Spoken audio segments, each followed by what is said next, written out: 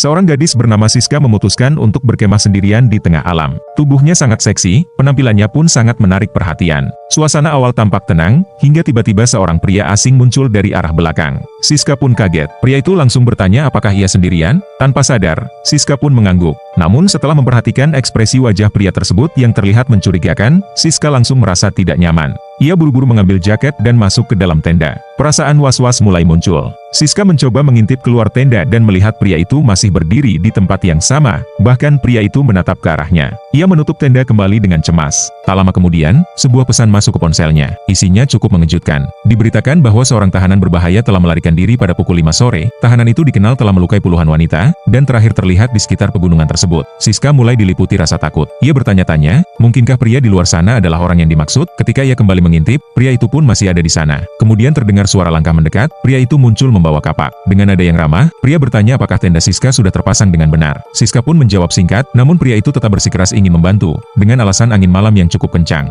Dari dalam tenda, Siska mendengar suara palu menghantam pasak. Ia mulai gemetar ketakutan. Setelah selesai, pria itu tampak memotong kayu dan membakar daging di luar. Siska merasa sangat tidak nyaman. Ia pun memutuskan untuk pergi malam itu juga. Saat akan mengemasi barang, pria itu kembali menghampiri dan bertanya apakah Siska akan pergi. Ia menjawab bahwa pacarnya akan segera datang, berharap alasan itu cukup untuk membuatnya pergi. Namun pria itu justru memberikan sepotong daging, katanya agar Siska punya tenaga karena malam biasanya cukup berbahaya. Dengan terpaksa, Siska menerima dan memakannya. Begitu keluar dari pandangan pria tersebut, ia langsung memuntahkan daging itu dan melanjutkan perjalanannya menuruni gunung. Di perjalanan, ia sempat dikejutkan oleh suara dari semak-semak. Namun ternyata hanya seekor kambing. Siska pun menghela napas lega. Beberapa saat kemudian, beruntung ia bertemu dua gadis yang juga akan berkemah. Karena merasa lebih aman, Siska pun memutuskan untuk ikut kembali ke atas. Sementara itu, pria tadi terlihat sedang mencukur jenggotnya. Ketika melihat tiga wanita mendekat, ia melambaikan tangan dengan santai. Dua gadis yang bersama Siska tampak tertarik dan mendekati pria tersebut. Salah satu dari mereka meminta tolong untuk difoto menggunakan ponselnya. Pria itu pun menurut. Setelah selesai, gadis itu berpura-pura ingin mengambil foto pria itu dan meminjam ponselnya. Namun usai memotret, ia justru melempar ponsel tersebut ke dalam api unggun.